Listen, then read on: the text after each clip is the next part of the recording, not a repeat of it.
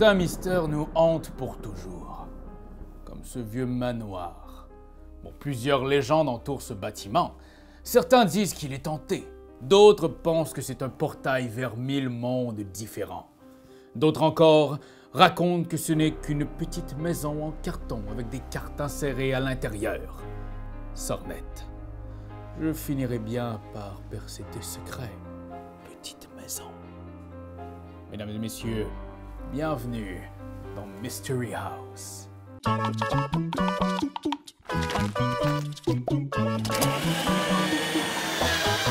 Mystery House est un jeu d'énigmes et d'observation. Le tout se joue de 1 à 5 joueurs en 60 minutes. Le but du jeu est de percer le mystère du manoir. Ouais, bon, ça peut avoir l'air flou comme ça, mais c'est que l'aventure sera différente à chaque partie. La boîte de base vient avec 2 aventures. Avant de vous lancer, vous devrez aussi télécharger l'application gratuite Mystery House qui vous guidera tout au long de la partie. Mise en place. Choisissez quel scénario vous voulez affronter. Ouvrez la boîte en question, mais faites attention de ne pas trop regarder ce qu'on trouve sur les cartes. Ça pourrait vous gâcher des surprises.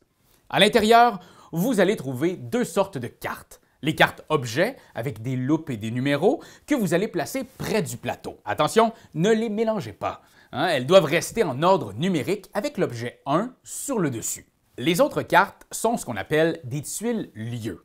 Vous allez les insérer dans le manoir en vous servant des lettres et des numéros comme coordonnées. Vous allez voir qu'il y a des lettres ici tout le tour de la maison et sur le dessus, il y a des chiffres. Alors la tuile A5 viendrait se placer ici A et là 5. Certaines tuiles peuvent présenter des parties prédécoupées. Vous devrez les retirer avant de les mettre en place. Pas de stress, vous allez les voir passer. Quand toutes les tuiles lieux sont placées, vous êtes prêt à entamer votre exploration. Lancez la partie dans l'application, puis cherchez des indices. Mais faites vite, vous avez 60 minutes devant vous. Ou presque. Les indices, vous allez les trouver en observant ce que l'on voit sur les cartes visibles depuis l'extérieur du manoir. Cherchez des objets, des entrées, des écritures, des anomalies, tout ce qui vous semblera pertinent à l'enquête en cours. Quand vous trouvez quelque chose, allez vite voir dans l'application. Commencez par entrer la lettre et le numéro de la tuile lieu où vous avez vu quelque chose. On vous proposera une liste d'objets, d'éléments potentiels. Si vous trouvez la chose que vous avez vue, cliquez dessus et l'application vous dira quoi faire. Bravo! Trouvez la carte 5 dans la pile des objets et ajoutez cet item à votre inventaire. Ça y est, vous avez trouvé un buste en marbre, par exemple.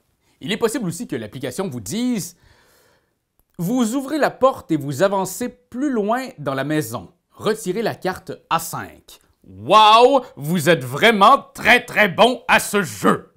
Bon, j'embellis peut-être un peu ce qui est écrit, mais à peine. Lorsqu'on vous demande de retirer des cartes du manoir, vous allez avoir accès dans votre champ de vision à des nouveaux lieux, de nouvelles parties de l'énigme plus loin dans la boîte. Mais attention, pour les petits malins qui se disent « Oh, c'est facile, je vais juste appuyer sur toutes les suggestions quand on me propose une liste, je vais bien finir par trouver c'est quoi qu'il y a d'intéressant ici! » Sachez que chaque mauvaise proposition vous fait perdre 30 secondes de jeu. C'est fou comme le temps passe vite quand on s'amuse. Éventuellement, vous pourrez aussi aller dans votre inventaire pour choisir un item que vous avez trouvé et le faire interagir avec une tuile lieu. Par exemple, vous pourriez peut-être utiliser le buste de marbre trouvé précédemment pour essayer de casser la fenêtre et avancer encore plus loin. Si c'est possible, l'application vous dira quoi faire et sinon, vous perdrez 30 secondes. Aussi, il peut arriver qu'on vous demande d'entrer des codes dans un lieu. Faites-le en utilisant ce symbole dans l'application et méfiez-vous car les erreurs sont punies par des pertes de secondes là aussi. Classique. Si vous êtes vraiment mal pris, ce petit point d'interrogation en haut au centre est l'aide générale. Cette fonction vous indiquera une pièce à fouiller plus attentivement. Sinon, vous trouverez le même symbole en bas à droite pour vous donner des indices quand vous fouillez une pièce. Ne cliquez dessus que si vous êtes vraiment bloqué. Le jeu se termine lorsque la dernière énigme est résolue. Le minuteur s'arrête alors et vous saurez que vous avez gagné. C'est terminé. Du moins, jusqu'au début de la prochaine affaire. Parce que oui, déjà vous pourrez vous procurer de nouvelles extensions, des nouvelles enquêtes qui viennent dans des boîtes comme ça, proposant de nouveaux styles de défis. Parce que oui, il y a toujours un nouveau mystère qui se cache dans ce fichu manoir. C'est toi de trouver l'épisode de jour du Popoche? Sonne la cloche! Sonne la cloche! On parle de jeu, like-nous, commande, suis-nous, ouais! Sonne la cloche! Sonne la cloche! Partage à tes amis, partage à ta mamie, Oh ouais! ouais, Sonne la cloche! Sonne la cloche! Comment ton ouais, fais le mon kiki! Sonne la cloche! Sonne la cloche! Sonne la cloche comme quand Jésus a sonné à la porte pour aller souper chez Zachée.